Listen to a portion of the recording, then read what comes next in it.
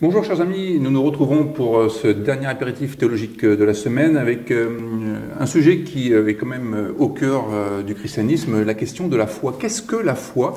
Et j'aimerais qu'on parte de cette question, est-ce qu'on a la foi? Est-ce qu'on peut perdre la foi? Peut-on perdre la foi? En tout cas, on peut ne plus la travailler, on peut ne plus l'entretenir, parce que je pense que la foi est quelque chose qui s'entretient, qui se développe et qui se travaille. On n'a jamais la même foi du jour au lendemain, et c'est tout un travail d'une vie d'entretenir cette foi. Certains théologiens parlent d'un dynamisme de la foi, parce que justement, c'est jamais une foi passive, c'est toujours quelque chose qui bouge en fonction du contexte de vie dans lequel nous nous trouvons, et cette foi évolue. Donc elle est dynamique. Donc ça signifie que la foi, effectivement, n'est pas quelque chose de figé, qui serait inscrit dans le marbre. D'ailleurs, le dynamisme de la foi, c'est une expression de Paul Tillich, c'est même un de ses livres, et il dit il faudrait éviter qu'il y ait une méprise sur ce qu'est la foi. Il dit, par exemple, la foi, ce n'est pas le fait de croire ou de tenir pour vrai toute une liste de choses assez incroyables. On ne demande pas à croire dans des trucs surnaturels pour être croyant. La foi, c'est la confiance. Foi et confiance, c'est le même mot. C'est la confiance dans une parole qui nous est adressée, et la confiance consiste à dire cette parole, elle me fait vivre. Cette parole, elle a pour moi un caractère ultime et déterminant. Et donc, on peut se dire, la foi, c'est le fait d'adhérer, de répondre oui.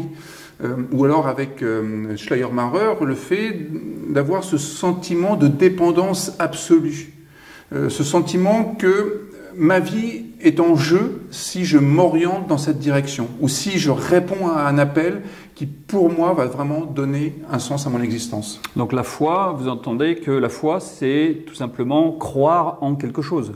C'est pas tout simplement. Moi, j'aime bien cette distinction que faisaient les réformateurs entre la fides quae creditur, c'est-à-dire la foi qu'il faut croire. Si vous voulez être chrétien, il faut croire en l'Immaculée Conception, il faut croire en la toute-puissance de Dieu, il faut croire en la Trinité. Et puis il y a la foi qui est la fides qua creditur, la foi qui croit. Non pas la foi qu'il faut croire, mais la foi qui croit, la foi qui fait confiance, la foi qui adhère, la foi qui dit oui, la foi qui a envie d'exprimer quelque chose de positif sur la vie telle que Dieu veut nous la faire comprendre et saisir. Est-ce que c'est une foi particulièrement protestante que vous décrivez là, ou est-ce que toutes les grandes religions chrétiennes ont la même foi? Alors, je pense que chacun développe une foi qui est toute personnelle. Et comme on a eu l'occasion de le dire au sujet de la religion, on peut considérer que chaque religion est une langue, et donc une langue, c'est une langue personnelle, qui développe une façon personnelle d'aborder la vie et de pouvoir s'orienter dans les chemins de la justice. Et donc, j'aurais tendance à dire, la foi, ça ne peut pas être la foi de l'Église.